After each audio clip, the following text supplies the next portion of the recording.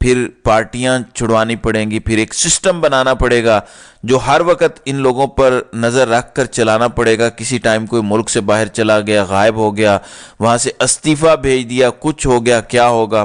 Voting کے time کیا ہوگا؟ قانون سازی کے ٹائم، آئین سازی کے ٹائم کیا ہوگا؟ تو یہ سسٹم چلانا اتنا آسان نہیں ہوگا، کہنے کی حد تک تو بہت باتیں کی جا سکتی ہیں۔ ناظرین اکرام، عمران خان نے آج قرآن کریم کی 2 آیتوں کا حوالہ دیا ہے جس میں لکھا ہے کہ منافق مرد اور منافق عورتیں سب ایک ہی طرح کے ہیں، وہ برائی کی تلقین کرتے ہیں اور بھلائی سے روکتے ہیں اور اپنے ہاتھوں کو بند رکھتے ہیں۔ انہوں نے اللہ کو بھلا دیا ہے تو اللہ نے بھی ان کو بھلا دیا ہے، بلا شبہ یہ منافق بڑے نافرمان ہیں۔ تو آج کل جو پاکستان میں ہو رہا ہے، عمران خان نے اس کو قرآن پاک کی آیت کا حوالہ دے کے ایکسپلین کیا ہے کہ بالکل منافقین اس ٹائم پاکستان پر قابض ہیں۔ دوسری آیت میں ہے کہ تمہارے درمیان ایک ایسی جماعت ہونی چاہیے جس کے افراد لوگوں کو بھلائی کی طرف بلائیں، نیکی کی تلقین کریں اور برائی سے روکیں۔ ایسے ہی لوگ ہیں جو فلاح پانے والے ہیں۔ اسی بات کا عمران خان ذکر کرتے ہیں کہ ہم سب کو پاکستان میں ہر کسی کو، خواہ وہ کسی ادارے میں ہے، وہ جہاں بھی ہے، امر بالمعروف و نہی عن المنکر پہ چلنا ہے۔ یہی فلاح کا رستہ ہے، یہی نیا پاکستان ہوگا، یہی حقیقی آزادی ہوگی جس میں سب لوگ ذمہ داری لیں گے کہ ہم نے امر بالمعروف پہ چلنا ہے و نہی عن المنکر پہ بھی چلنا ہے، برائی سے روکنا بھی ہے لوگوں کو، صرف اچھائی کا حکم نہیں دینا، برائی سے روکنا بھی ہے۔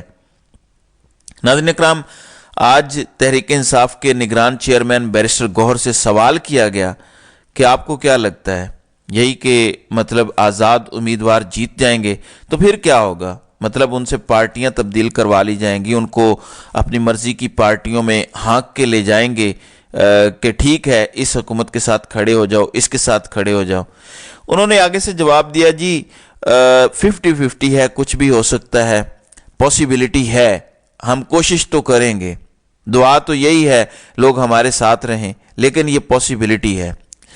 در حقیقت جتنے بھی تمام 800 850 امیدواران ہیں صوبوں اور سینٹر کے ملا کے، ان سے ویڈیوز بنوائیں، سب قرآن پہ حلف دیں کہ ہم اس نیت کے ساتھ الیکشن میں جا رہے ہیں کہ جہاں ہمیں عمران خان کہے گا ہم نے وہاں ووٹ دینا ہے۔ اگر الیکشن کے بعد ہمیں اغوا کیا جاتا ہے، اگر ہم کسی اور پارٹی کی طرف جانے کی بات کرتے ہیں تو یہ ہمارا ویڈیو بیان عدالت میں بطور ثبوت کے پیش کیا جائے۔ یہ کرنا بڑا امپورٹنٹ ہے، ورنہ وہی ہوگا کہ اگر جیت بھی جاتے ہیں تحریک انصاف کے لوگ تو انہوں نے اغوا کاریاں شروع کر دینی ہیں۔ ایسے میں لوگوں کا بڑا کردار ہوگا، عوامی رد عمل بڑا میٹر کرے گا کہ آپ کیا رد عمل دیتے ہیں اور وہ رد عمل کیسے ہونا چاہیے۔ اوورسیز پاکستانی جتنا کھل کے پیسہ بھیجتے ہیں اس میں ایک بڑی کمی آ سکتی ہے۔ پاکستان میں چند مخصوص ہاؤسنگ سوسائٹیز ہیں طاقتور لوگوں کی، وہاں پہ لوگ انویسٹمنٹ کر دیں گے، ان کی پروڈکٹس کا انویسٹمنٹ ختم کر دیں گے، ان کی پروڈکٹس کا بائیکاٹ شروع ہو جائے گا۔ یہ بہت بڑا ہتھیار ہے آپ کا، بلز کا مسئلہ کریٹ ہو سکتا ہے۔ تو قربانیاں دینی پڑتی ہیں ملک کے لیے، اسی طرح ملک راکھ کے ڈھیر سے نکل کے دوبارہ سے سونا بنتے ہیں۔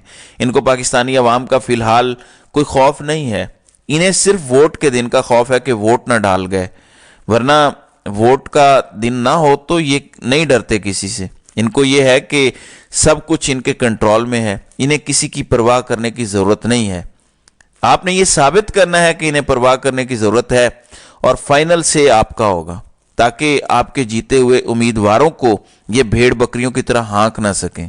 کوشش تو پوری کی گئی ہے کہ ایسے کمپرومائزڈ لوگ نہ ہوں، لیکن ظاہر ہے کہ ان کا بھی پلان بی ہے اور انہوں نے بھی کمپرومائز لوگ بہت حد تک ڈالنے کی کوشش کی ہوگی۔ کتنے تھرو ہوئے ہیں یہ کہنا قبل از وقت ہے، لیکن آپ نے آنکھیں بند کر کے اپنے حلقے کے آزاد امیدوار کو ووٹ دینا ہے جو پی ٹی آئی کے ٹکٹ پر ہے۔ اس کا انتخابی نشان خود معلوم کریں، سوشل میڈیا سے آپ کو معلوم ہو جائے گا، بہت جلد گوگل سرچ پہ یہ سب کچھ آ جائے گا، اور اس کے بعد آپ نے ووٹ ڈالنا ہے۔ آپ کا کام ووٹ ڈالنے اور اس کی حفاظت تک ہے، باقی کام اللہ پہ بھی کچھ چھوڑنا چاہیے کہ وہ بھی تدبیر کرتا ہے۔ دنیاوی خداؤں کی تدبیریں کامیاب نہیں ہوں گی۔ عمران خان نے کہا ہے کہ پلان سی ہمارا تیار ہے لیکن ابھی بتا نہیں سکتے ورنہ ویگو ڈالا آ جائے گا۔ آپ بھی اعتبار کریں کہ ایک تو پلان سی بھی ہے عمران خان کے پاس، اور ایک اللہ کی نصرت بھی ضرور آئے گی، کیونکہ پوری قوم حق اور سچ کے ساتھ کھڑی ہو گئی ہے۔ تو ناظرین اکرام، آپ کی اس ویڈیو کے حوالے سے کیا رائے ہے؟ آپ اپنی رائے کا اظہار کامنٹ سیکشن میں ضرور کیجیے گا۔